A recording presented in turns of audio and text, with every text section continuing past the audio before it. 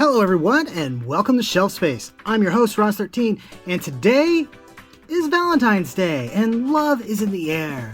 And that means I'm reviewing what my spouse just got me for Valentine's Day. Today we are looking at Transformers Legacy Evolution Metalhawk. I am so stoked to finally get this guy. Metalhawk is very cool. He is an exclusive character to the Japanese Transformers continuity. Specifically, he came from Master Force and was one of the Pretenders. And unlike the other Pretender characters from that show, he was actually a completely unique mold.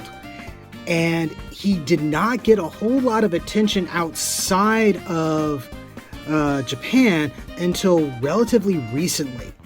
So it is so cool that they are making mainline toys for this guy now.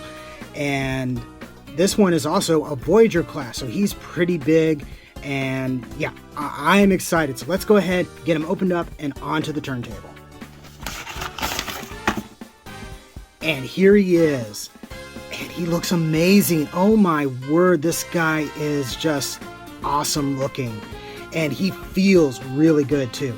This is apparently a retool of Kingdom Cyclonus. I've never actually messed with that mold. I was really happy with my Universe version, so I haven't had a chance to actually check it out. So this will be my first experience with it, but so far, this guy looks really, really good. Specifically, he has a quality that I absolutely love where, while in robot mode, he feels like an action figure, not a vehicle that's been scrunched up and forced into a human form. He feels like a good, decent action figure, and he's got the posability for it too. So, you know, got basic head rotation. I think this is on a ball joint, so you get all sorts of movement there. Rotation here, universal here. And it does this really cool thing where it actually has some molded detail in here, so that way you just don't have a gap. Got bicep swivel that is going to be hindered by this.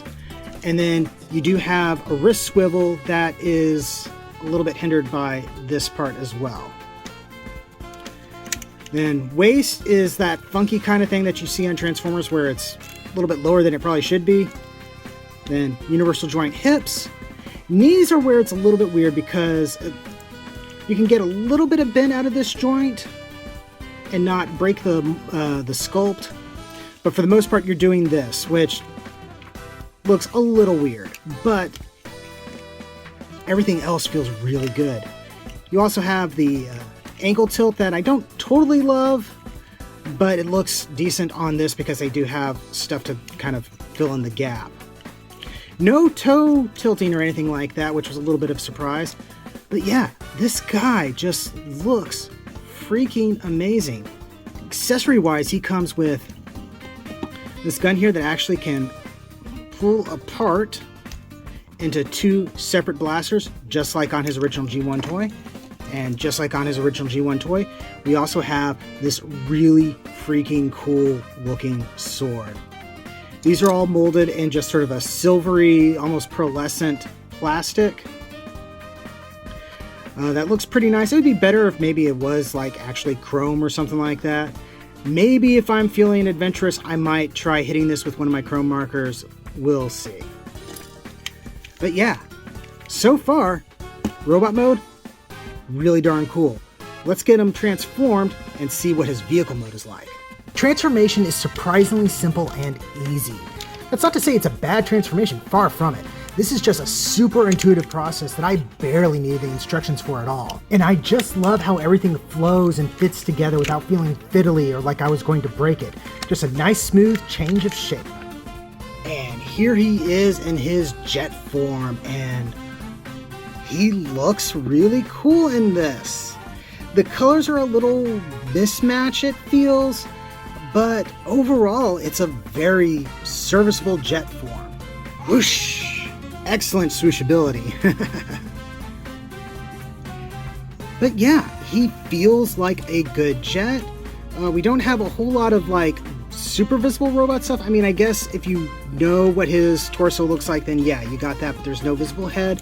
The arms are all tucked away. The legs are combined together in a satisfying way. And he just looks like a cool fighter jet. He's got these double stabilizer things here, but meh. And I thought I would be more annoyed with the sword going on top like this, but it almost feels more like it's carrying a drone or something like that. It's really freaking cool.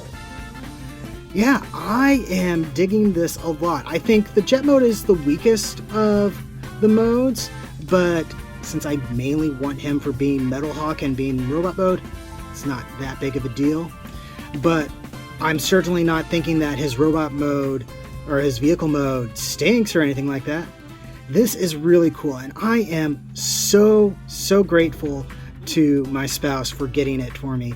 I have been wanting this guy for a while now, and I have a few other Metalhawks that he's going to be going alongside, and it'll be so cool. Anyway, thank you very much for watching. Thank you very much for supporting, and I'll see all of you next time you invade my shelf space. Whoosh! And tell your loved ones that you love them. Yeah. On this date and all the days.